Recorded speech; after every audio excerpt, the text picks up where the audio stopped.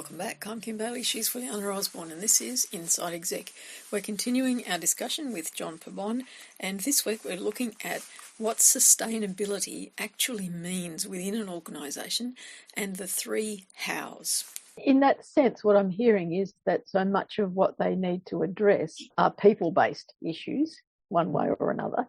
Given the change in the way we've worked over the past few years, have you seen an increase in people taking on changes that you could bring into the sustainability umbrella? It's a fascinating question, and it's something that the conference board, one of the organizations I work with, we discussed, I believe, mid last year. So it's a group of executive sustainability folks that meet. Their focus and remit is on Asia Pacific without China. China's a totally different beast. But one of the discussion points was, okay, with everybody, for example, working from home, it wasn't the sustainability angle, because I think that's quite easy to measure. You know, people aren't driving to work, so you reduce your emissions this way. That's easy to figure out. Their questions were more along the lines of the legal and human rights aspect. So if somebody stubs their toe in their home office, am I responsible for that? Yeah. So it's really around those more really tangible issues for legal folks, for folks that are in corporate affairs, that they're worrying about. Yeah. What we have seen post-COVID is a massive uptick in the amount of companies that have gone, oh, I can really make money off this whole sustainability thing. And that's led to massive increases in greenwashing, which we can talk about. There's been massive increases in companies saying they're doing one thing and not doing another. Mm-hmm. So that's where we are now. So COVID has in lots of ways gotten a lot of companies on board, but they've also diluted a lot of the good things that other companies are doing. And it's making my job a little bit more difficult to explain away their actions. You're getting to very different groups of organisations that you're working with now. Does that then open up the floodgates for people to come in and say they're experts and tell them what to do without any real end goal in mind, I guess is the way to put it? Yes, watch out for anybody who ever calls themselves an expert. There's no such thing. Run the other way. So that's a good first indicator. And then second, always check how many business cards they have. But yes, definitely there's the potential now for people to come in and say they're experts in sustainability.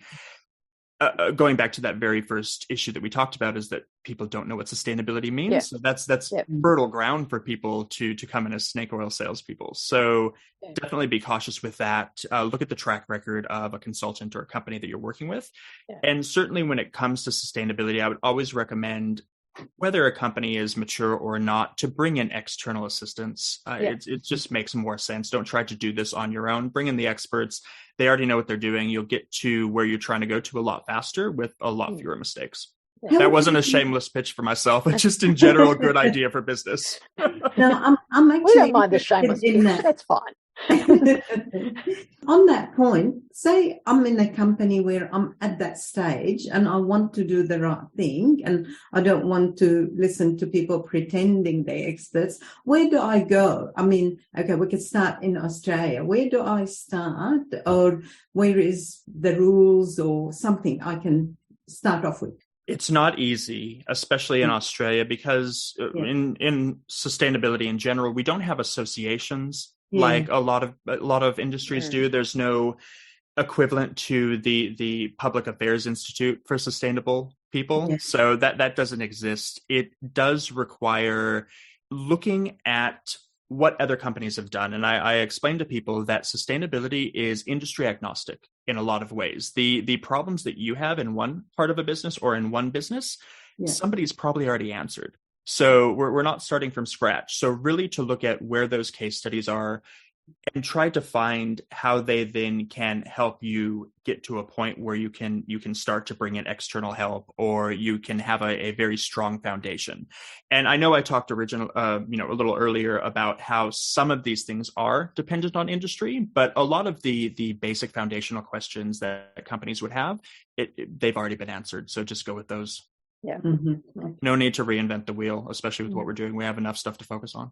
I'm interested in your books. We've sort of touched on them briefly. The first one, Sustainability for the Rest of Us. What made you put it down on paper? Frustration, probably, like a lot of other authors.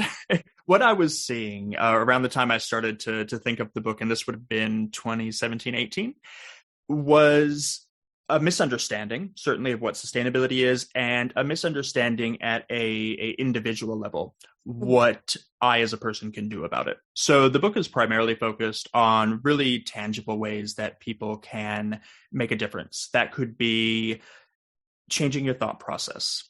I don't want to get too philosophical, but changing your thought process and looking at things a different way. We'll go back to the recycling and putting things in bin example, because that's one of my favorites. So a lot of times people think, okay, I've chucked it in a bin. I've put this here and this there. I've done my bit. I'm good. I can go back, sit on the couch, which is not at all the case. It's not you do this and you don't need to do anything else, because at the end of the day, recycling really isn't making as much of a difference as we think it is. And I don't want to dissuade anyone from recycling. Please keep doing what you're doing, because we're great at it.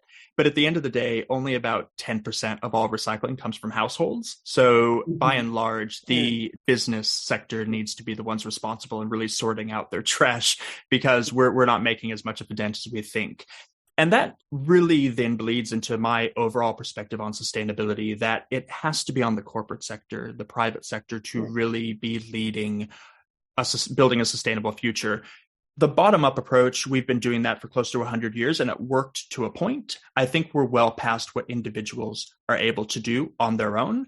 Again, I don't want to dissuade anybody from doing what you're doing. If you're vegan, if you're recycling, if you have an electric car, keep doing it. That's great. And from a top-down perspective, the government has sort of washed their hands of helping us by and large around the world. So we can't truly rely on them either. So it's up to the corporate sector. They're the ones that kind of got us in the mess anyway. So it is they're responsible, but they need to be doing the majority of the work, because they have the capacity, resources, and money to get things done. So it very much is a change in the thinking, a change in the direction. One of the topics that we suggested we talk about was this forward planning for sustainability. So most organisations go through a forward planning process where they have the 3, the 5, the 10-year plan. Introducing sustainability as part of that, or even underpinning everything else that they do, is that the way forward for a starting point? I think it makes sense, especially as a starting point, to get started out in the right direction and on the right trajectory. So building the right sustainability metrics or ideas or a mission at the beginning makes total sense. And I want to back up just a few steps and look historically about one of the big reasons, I think at least, we have so much trouble bringing sustainability into these organizations, especially the big dinosaur sort of organizations. And I think it all goes back to this idea of quarter by quarter metrics. And that's a relatively new thing. You know, up until probably about a decade ago, we were still talking about the 50-year Toyota model as being the model we should follow. And then all of a sudden it's, I'm an exec, and, you know, now every 3 months I'm being based on performance. Sustainability is not every quarter. Sustainability is a long-term thing. So with this continuing viewpoint that everything is 3 months, 3 months, 3 months, there's no room for sustainability with that thought process. So that's where a lot of the issues originally start. So to figure out a way to marry long-term thinking with short-term metrics, that's where we need to be heading as business leaders, certainly. And I don't have the answer for that, but that's definitely the way that companies need to be thinking if they want to build sustainability into their organization. But, you know, to go back to your original question, the forward thinking and forward planning really comes down to what I would call the 3 hows. So first off, how are we going to view sustainability? And we talked a bit about this already. What does it mean for my organization? What does it mean for where we are from a maturity level? So how are we going to define sustainability for our business? And then really going with that definition and making it more of a business imperative versus a nice to have, because we're also way past the idea that sustainability is just a nice to have sort of thing. The second is, how do we engage stakeholders? Stakeholders are so important to the world of sustainability because they help us to understand, as business leaders, what's going on outside the organization. So we can certainly do much more forward planning that way. And I think it's really important, and something that we're not so great at in sustainability is understanding our audience of stakeholders. The universe of stakeholders in sustainability is vast, it grows, but at the end of the day, there's 3 kind of groupings. So you have the internal stakeholders, that's your internal folks, it's your management. That's one group. You have your next layer out, which is the external, the suppliers, those that give you money, the investors. And then the third layer are those that give you what we call a social license to operate. So it's organizations, government, civil society that may not have the power to stop you as a business, but certainly they have the power to stop, stakeholders and consumers from purchasing from you if you're an FMCG company. So they give you that license to operate. So really understanding what each of those groups wants is very important to developing a broader sustainability plan, but also looking forward. Even if you don't imbue sustainability into your organization, it just makes business sense to know what your stakeholders want.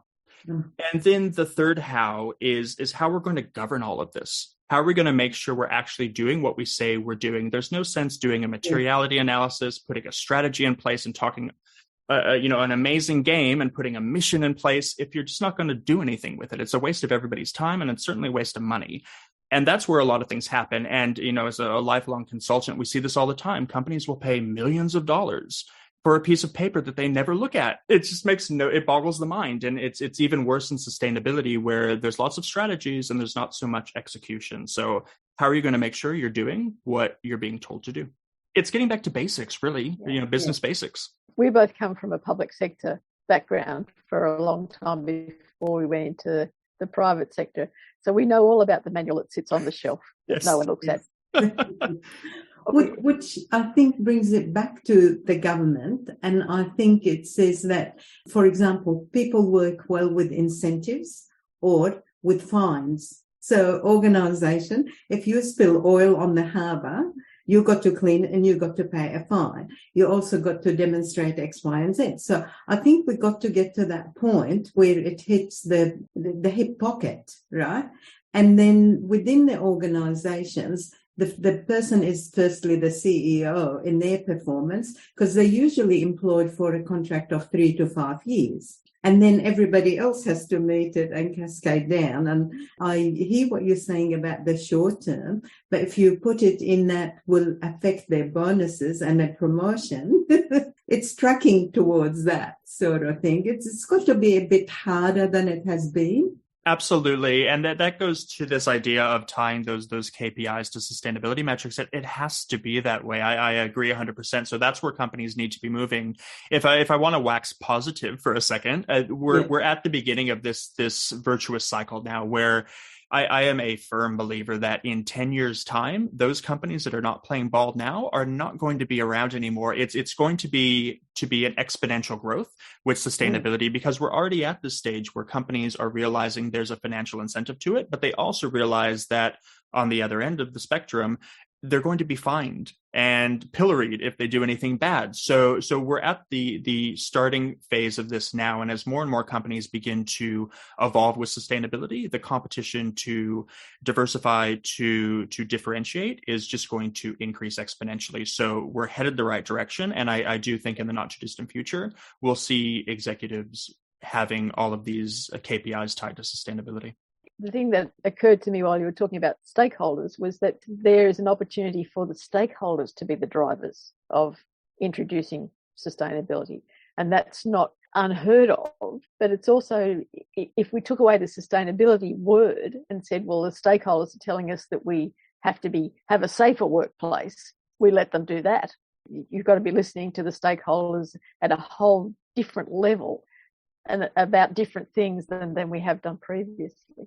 Absolutely. And I think as well, this idea of, I don't know, maybe we should just get rid of the term sustainability altogether, because it is, again, so loaded that it already puts people in one frame of mind. So if I say sustainability to an executive, they're already thinking about the trees. They're not thinking about their people or their suppliers. So because sustainability has become so pervasive within an organization, it touches on every single facet of an organization.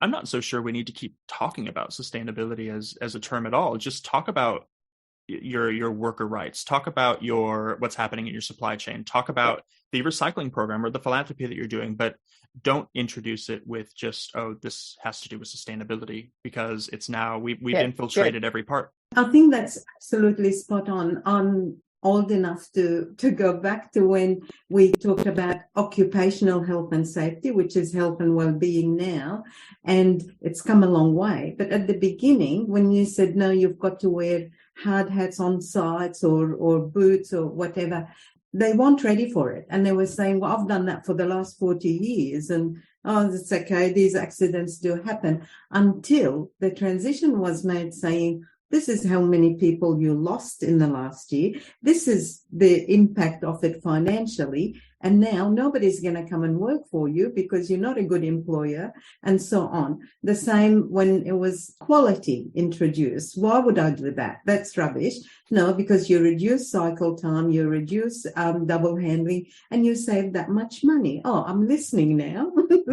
And if we keep it with the key ones, and I like that acronym ESG, because that is, from a business perspective, I can relate to that. So I could see that. Like, this is about my people, getting the right ones, treating them right, keeping them. We know the advantages. And, you know, behind the scenes, it is absolutely sustainability, but we can leave it silent. Exactly. Agree 100%. Time for a break in our discussion with John Pabon. Join us for part 3 of this discussion. But for now, I'm Kim Bailey. She's Fulyana Osborne. We're talking with John Pabon about sustainability in organisations, and this is Inside Exec.